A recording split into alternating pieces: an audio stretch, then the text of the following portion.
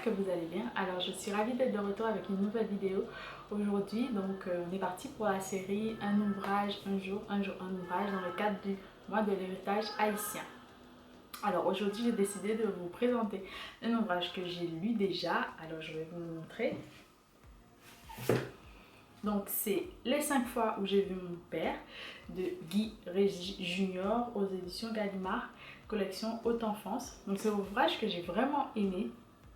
Ici on part avec plutôt un récit où Guy Régis Junior, qui est plutôt dramaturge en fait, il vit entre Port-au-Prince et Paris, la France en général.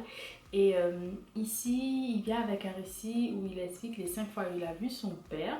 Donc c'est un ouvrage que j'ai trouvé intéressant parce qu'on parle plutôt des mères, de cet attachement qu'on a pour tout ce qui est figure maternelle, notamment dans les sociétés dites caribéennes ou antillaises, et où il y a aussi une certaine parfois matrifocalité, c'est-à-dire où les femmes sont solidaires, et ce sont les femmes en général, donc sur plusieurs générations, ou entre femmes du village ou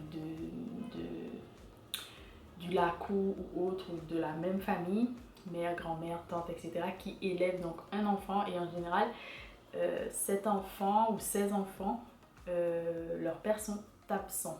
Donc ici c'est un ouvrage vraiment que j'ai vraiment beaucoup aimé, et puis je voulais vous lire un extrait. Je vous invite à aller découvrir cet ouvrage. Donc l'extrait que j'ai choisi, c'est le prologue, tout simplement parce que j'ai trouvé ça intéressant pour nous mettre en haleine dans l'histoire. Et puis la page 29, c'était plutôt un dialogue, et j'ai préféré vous prendre le prologue. Alors c'est parti pour le prologue. Depuis la dernière fois où j'ai vu mon père, il a disparu. Bien sûr, il n'est pas encore mort.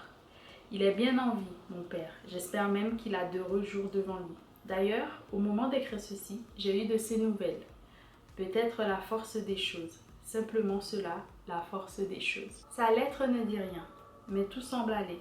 Une de ses amies m'a annoncé qu'il allait bien, que je n'avais pas à m'en faire.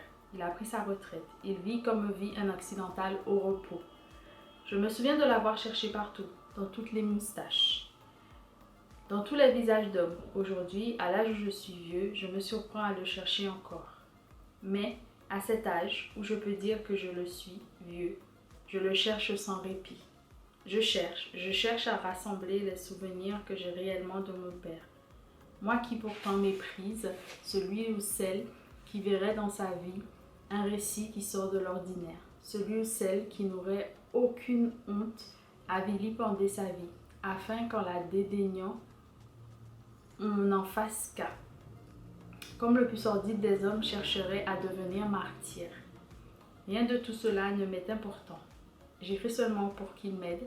Je voudrais qu'il m'aide à rassembler les brides de ce récit que j'ai peine à composer en son absence. De peur de ne jamais y arriver seul, j'ai décidé de rassembler les fragments avec lui. Je suis certain qu'il le pourra. Il est le seul à pouvoir le faire. Et puis l'ouvrage est séparé en fait par ces 5 fois où il a vu son père en fait. Donc voilà. La présence de la mère est très récurrente néanmoins, mais j'ai trouvé vraiment que c'était un récit très intéressant. Donc voilà. N'hésitez pas à me dire si vous avez déjà lu donc les 5 fois où j'ai vu mon père de Guy Régis Junior, ou si vous avez déjà lu autre chose de lui, parce qu'il a écrit pas mal de choses en fait. Je crois qu'il a presque une dizaine d'ouvrages.